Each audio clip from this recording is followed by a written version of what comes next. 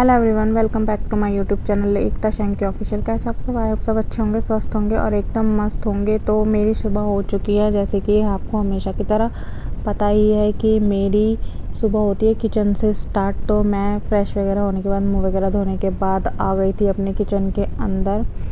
तो मुझे दवाई वगैरह भी लेनी होती है, तो वो सब मैंने ले ली है। उसके बाद मैं किचन में आ गई थी। मैंने चाय चढ़ा दी है और कुकर में राजमा चढ़ा दिए हैं। वो मैंने रात को ही भिगो कर रख दिए थे।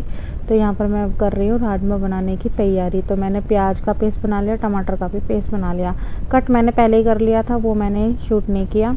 तो अब यहाँ पर मैं अदरक को कूट कर डाल दूँगी चाय के अंदर। चाय में हमारे घर में ऐसे ही पीते हैं, दूध में पत्ती वाली।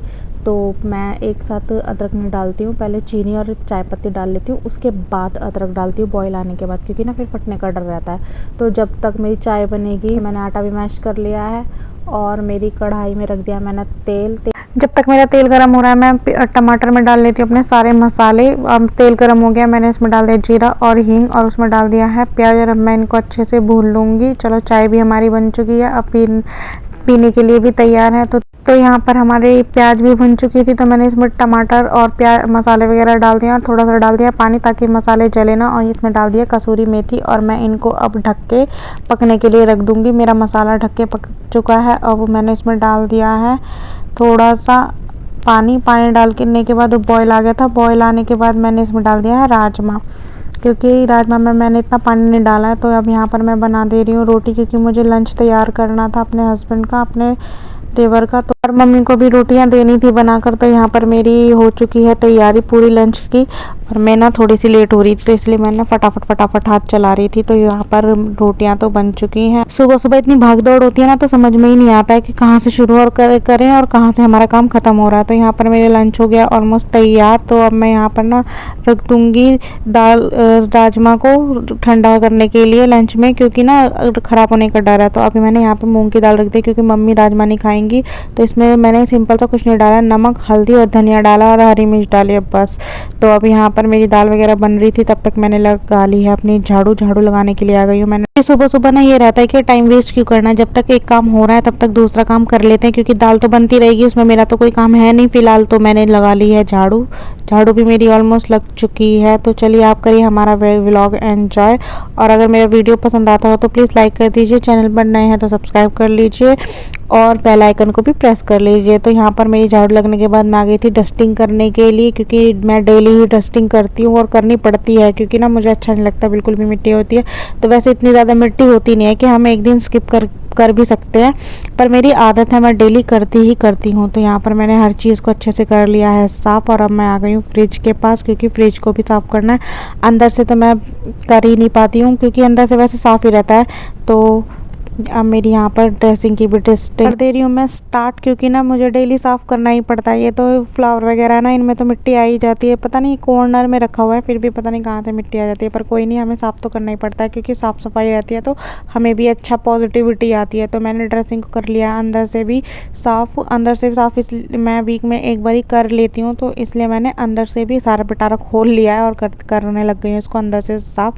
ड्रेसिंग साफ़ करने के बाद मैं आ गई थी अलमीरा के पास। ये सारा डस्टिंग करनी पड़ती है, फिर उसके बाद मैंने लगाना स्टार्ट कर दिया था पोछा।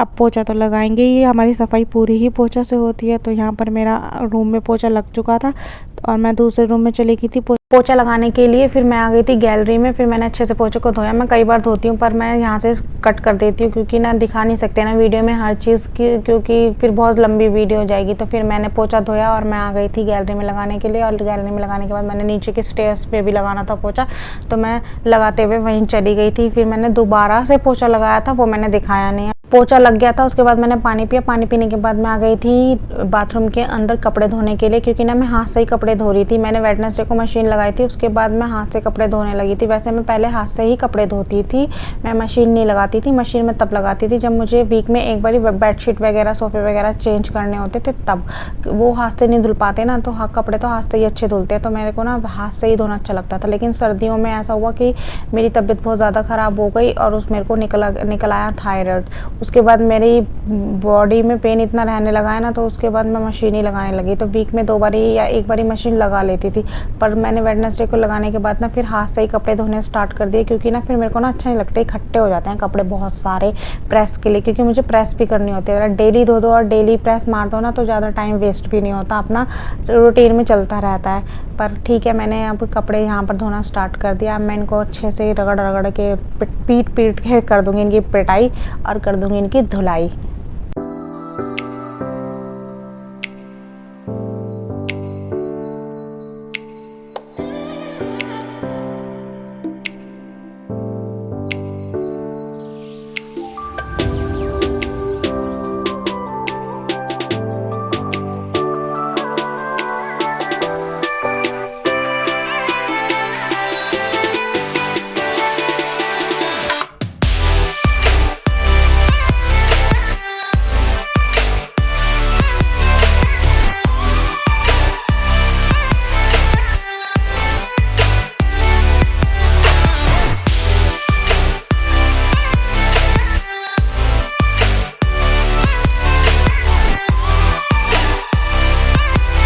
मेरे कपड़े धुल गए थे तो मैं नहा ली थी, क्योंकि मैं गीली हो गई थी, तो तुरंत मैं नहाकर आ गई थी। नहाने के बाद मैं आ गई थी, फिर पानी पिया मैंने। पानी पीने के बाद मैं आ गई थी फिर प्रेस करने के लिए, क्योंकि मुझे कपड़े प्रेस भी करने थे। 2 दिन के कपड़े मेरे ऐसे ही पड़े हुए थे प्रेस करने के लिए।